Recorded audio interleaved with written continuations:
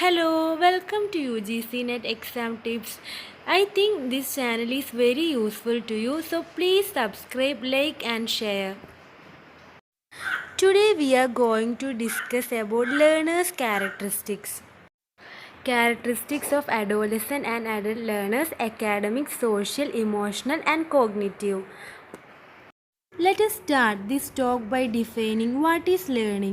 Learning is basically psychological in nature, and there is a few definitions forwarded by some psychologists about learning.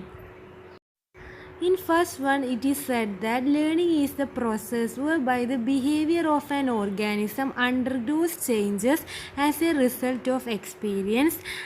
And the second definition is that learning is relatively a permanent change in capacity for performance which is acquired through experience. And the third definition says that learning is the way through which human beings acquire new skills, knowledge, attitude, and values. The outcome of learning are the new capabilities possessed by the learner. In all this definition, we can note that it is the transformation of person to get new skills and knowledge. And these changes are permanent and which makes a person more and more positive in his values. Learners' characteristics. The characteristics of learners can be explained through 4 points. The first one is on the basis of personal and social attributes. The second one is on the basis of learning styles. And the third one is on the basis of listening skills. And the fourth and the final one is on the basis of learner thinking styles. Learner characteristics on the basis of personal and social attributes. They help in planning instructional objectives as it may reveal physical characteristics that are relevant to training or instructional decisions. The social factors mainly include the following: age and maturity level, motivation and attitude towards the subject, expectations and vocational aspirations, special talents, mechanical dexterity, ability to work under various environmental conditions. And this basis of personal and social attributes can more be explained through defining the differences between adult and youth learners. Differences between adult and youth learners. There are mainly 5 differences between the adult and youth learners. The youth learners are subject oriented and they are focused mainly on course completion. As it is, the adult learners are problem centered, and in case of adult learners it is result oriented, and the youth learners are future oriented.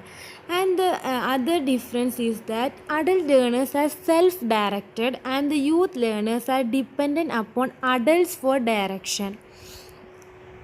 The youth learners are more likely to accept new information and adult learners are skeptical about new information. Then for fifth and the final most one is adult learners accept responsibility for their own learning and youth learners dependence upon others. So while comparing each other, we can clearly understood that adult learners are more free to learn whatever they want and the youth learners make a base for their future studies while learning.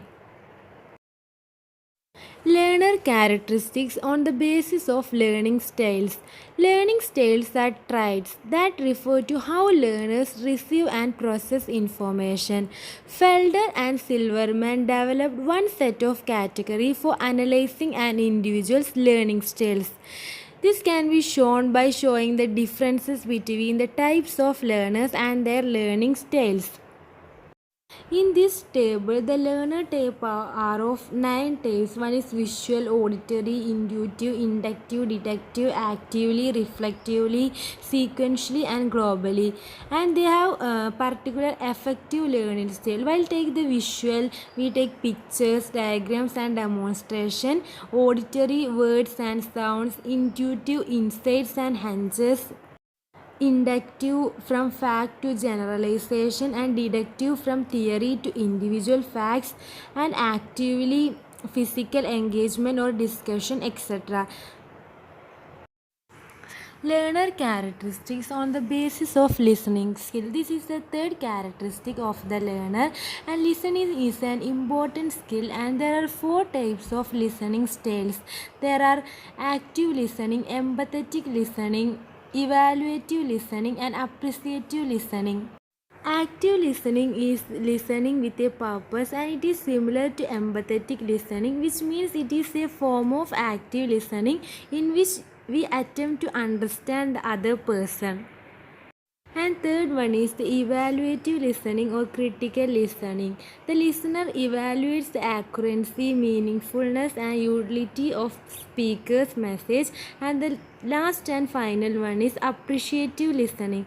Listening for enjoyment involves seeking situation involving relaxing, fun, or emotionally stimulating information.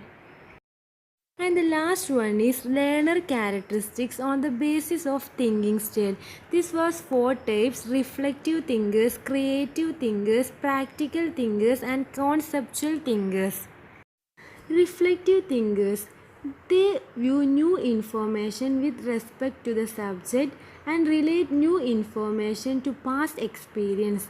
And the main thing is to the reflective thinkers is that they always ask why. And the reflective thinkers examine their feelings about what they are learning. And the second one is creative thinkers. They like to play with new information. They also ask why and create their own solution and shortcuts. And the third one is practical thinkers.